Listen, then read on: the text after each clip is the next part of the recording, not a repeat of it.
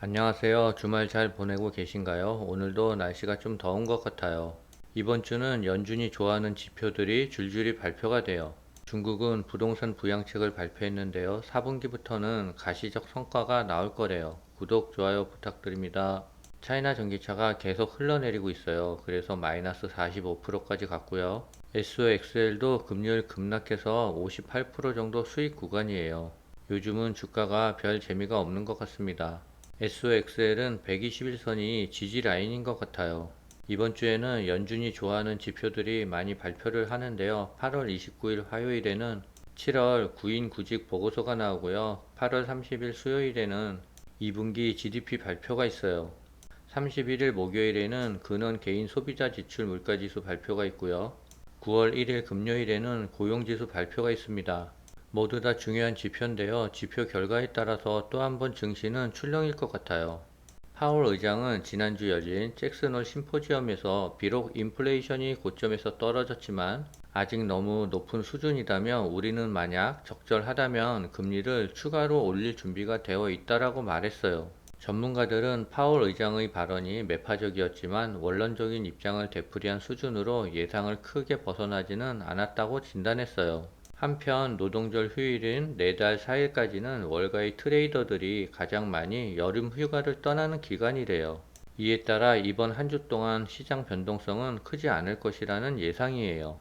차이나 전기차가 어느덧 9,000원까지 내려왔어요. 지금 상황으로 봐서는 어디까지 하락할지는 알 수 없는 것 같아요. 저는 8,000원까지도 하락할 수 있다라는 마음을 먹고 있어요. 그렇게 마음을 먹고 있어야 더 하락하더라도 견딜 수 있을 것 같습니다. 중국에서는 대대적인 경제 부양책을 내놓고 있는데요. 이게 반영되려면 4분기가 돼야 된대요. 디폴트 우려에 놓인 컨트리가든이 채권 상환 기간 연장에 대한 채권자 투표를 앞두고 막판에 연기가 되었대요. 7천억 규모의 채권 원금을 갚아야 하는 컨트리 가든 입장에서는 다소 시간을 벌어놓은 셈이래요.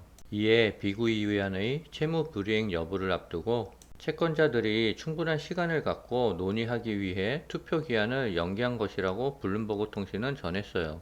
다급해진 중국 정부는 추락한 소비 심리를 회복하고 소비 촉진을 위한 부양책을 부랴부랴 발표하고 있고 하반기에도 지방 정부별로 다양한 부양책이 발표될 예정이래요.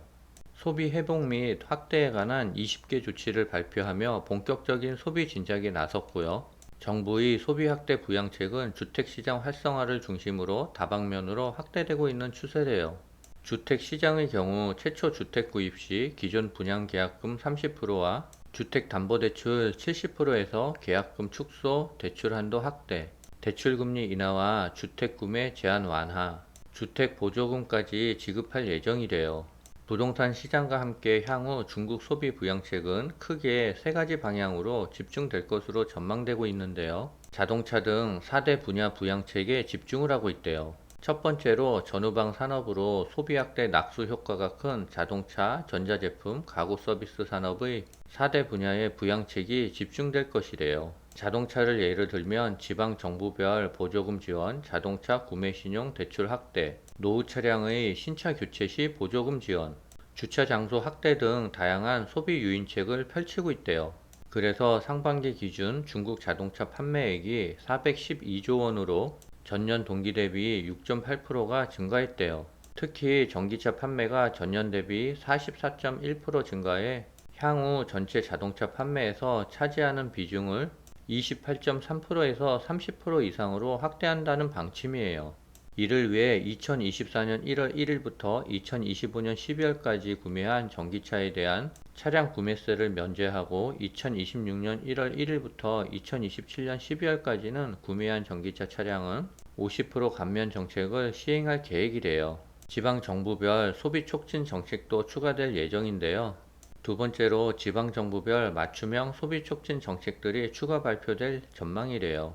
예를 들어 허난성은 기존 6월 말 끝나는 주택, 자동차, 가구, 가전제품 등의 보조금 지원 정책을 일괄적으로 12월까지 연장했고요. 자동차 구매 가격의 5%에 해당하는 보조금을 지급하고 미성년자가 있는 가정이거나 청년 생애 최초 주택 구입이거나 허난성 주민이 외지로 나갔다가 귀향해 주택을 구매할 경우 정부가 주택 구매 비용을 보조한대요. 전기차 소비를 확대하기 위해 민간이 투자해 전기차 충전소를 만들 때 투자 금액의 40%를 정부가 지원한대요. 경기 부양과 소비 촉진을 위해 현재 중국은 모든 행정부처와 지방 정부들이 적극 참여하도록 소비 촉진 총동원령을 발동한 상태래요. 이러한 소비 부양책은 4분기를 기점으로 시장에서 가시적인 효과가 나타날 것이라고 전망한대요. 그러나 깊이 팬 중국인들의 미래에 대한 불안과 불확실성이 해소되기까지는 어느 정도 시간이 필요해 보인대요. 4분기부터는 경기 부양책이 가시적인 효과가 나타난다니 좀 기다려 봐야 될 것 같습니다. 이달 들어 외국인이 중국 주식 매도가 사상 최대치를 기록했대요. 중국 부동산 리스크가 부동산 업계를 넘어 금융권으로까지 번질 것이라는 우려가 커졌기 때문이래요. 중국 당국은 주식시장을 방어하기 위해 자국 금융권 인사에게 주식 매수를 촉구하고 나섰지만 시장의 비관론을 달래기엔 역부족이었대요. 특히 외국인 투자자는 지난 23일까지 13거래일 연속 순매도를 통해 중국 본토 시장에서 14조 2천억 원을 빼갔대요. 중국 금융당국은 필사적으로 주가 방어를 하기 위해 추가 조치를 내놓고 있는데요. 중국의 증권감독관리위원회는 이날 대형은행, 보험사 등 금융업계 임원들과 자담회를 열고 이들 기업 경영진에게 주식 투자를 늘리도록 촉구했대요. 부동산 침체를 막기 위한 주택담보대출 규제 완화 조치도 이날 발표되었고요. 이러한 발표들은 중국이 최근 연이어 투자자들의 신뢰를 회복하기 위해 취해온 조처의 연장선이래요. 중국은 최근 주식 덤핑을 피하도록 유도하고 기업의 자사주 매입을 강화할 것을 요청했답니다. 기업들이 자사주라도 좀 더 많이 매입하면 증시에는 긍정적인 신호로 평가될 것 같아요. 이번에 발표된 중국의 부동산 부양책에 대해 좀 더 알아볼게요. 중국 당국이 이미 주택을 샀던 사람도 생애 첫 주택 구매와 같은 혜택을 받을 수 있는 등의 부동산 거래 활성화 대책을 발표했대요. 26일 신화통신에 따르면 중국 주택도시농촌건설부와 인민은행과 금융감독관리총국은 개인 주택담보대출 중 주택수 인정 기준에 관한 통지를 발표했대요. 먼저 새 대출을 일으켜 집을 사려는 사람이 현재 해당 지역의 가족 구성원, 명의 주택이 없다면 앞서 주택대출을 받은 적이 있는 사람이라도 금융기관이 생애 첫 주택 구입으로 간주하기로 했대요. 이미 주택담보대출을 받았던 사람이라도 현재 자신과 가족 명의 주택이 없다면 대출을 안 받았던 것으로 간주해 생애 첫 주택 수준의 계약금, 이자 우대를 해준다는 의미래요. 당연히 주택을 재구매하더라도 비용이 종전보다는 낮아진대요. 현재 일부 인기 도시의 경우 첫 주택 혜택이 없다면 계약금 비율이 70% 이상인데 새로운 정책으로 계약금 비율이 35%까지 떨어질 수 있게 됐다라고 설명했어요. 대출 이자도 현재의 5%에서 4.5%까지 낮춰져 주택 재구매자들의 부담이 줄어들 전망이래요. 아울러 중국의 재정부와 국세청 주택도시농촌건설부는 앞서 통지와 같은 날 발표한 대책에서 납세자가 자가주택을 팔고 1년 안에 다시 집을 살 경우 이미 낸 개인소득세를 환급해주는 조치를 원래 시한인 올해 말에서 2025년 말까지 연장한다고 밝혔어요. 요미우리 신문은 중국의 비아디가 상반기에 신차 판매가 세계 10위권 안에 들었다고 보도했어요. 중국 추경 무섭네 신차 판매 세계 10위 진입이라는 기사도 나왔고요. 1위는 일본의 도요타로 541만 대를 기록했고요.